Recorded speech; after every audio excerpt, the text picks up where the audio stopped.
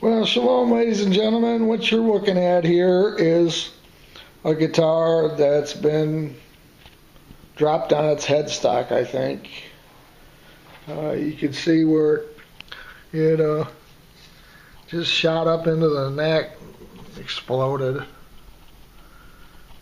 I went to a guitar shop and asked them what it would cost to have a neck put on it, and they just didn't want to deal with it at all. They said the guitar would cost too much to repair. It's just you could buy a new one for less than it would cost. I said, well, okay. They weren't interested in repairing this thing. I mean, I don't know if you can see. It kind of blew the fingerboard right off the neck. You can see daylight through there. And I don't know. It just occurred to me that I don't have anything tied up in this pieces of equipment. So nothing ventured, nothing gained. I got a couple of dollars tied up in a bottle of wood glue from Elmer's. Elmer's is safe.